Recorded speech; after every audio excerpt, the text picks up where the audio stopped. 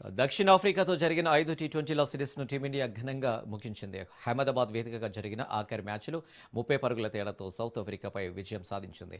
ఈ గెలుపుతో సిరీస్ను 3-1 తేడాతో భారత్ కైవసం చేసుకుంది. తొలుత బ్యాటింగ్ చేసిన భారత్ 231 పరుగులు చేసింది. ఆ తర్వాత లక్ష్య ఛేదనకు దిగిన దక్షిణాఫ్రికా నిర్ణీత 20 ఓవర్లలో 8 వికెట్లు కోల్పోయి 201 పరుగులు మాత్రమే చేయగలిగింది. ఇక భారత బౌలర్లలో వరుణ్ చక్రవర్తి 4 వికెట్లతో సత్తా చాటగా బుమ్రా 2 వికెట్లు పడగొట్టాడు.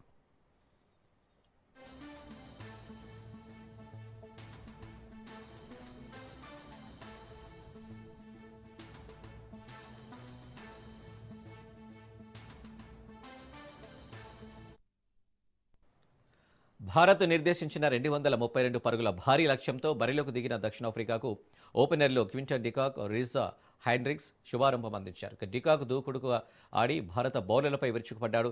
కేవలం 35 బంతుల్లో 9 ఫోర్లు, 3 సిక్సర్లతో 65 పరుగులు చేసి జట్టుకు గెలుపుపై ఆశలు రేపాడు. అయితే పవర్ ప్లే ముగిశాక వరుణ్ చక్రవర్తి బౌలింగ్లో హెండ్రిక్స్ అవుట్ అయ్యాడు. కాసేపటికే ప్రమాదకరంగా మారుతున్న డికాక్ను బుమ్రా పెవిలియన్ పంపడంతో దక్షిణాఫ్రికా కష్టాల్లో పడింది.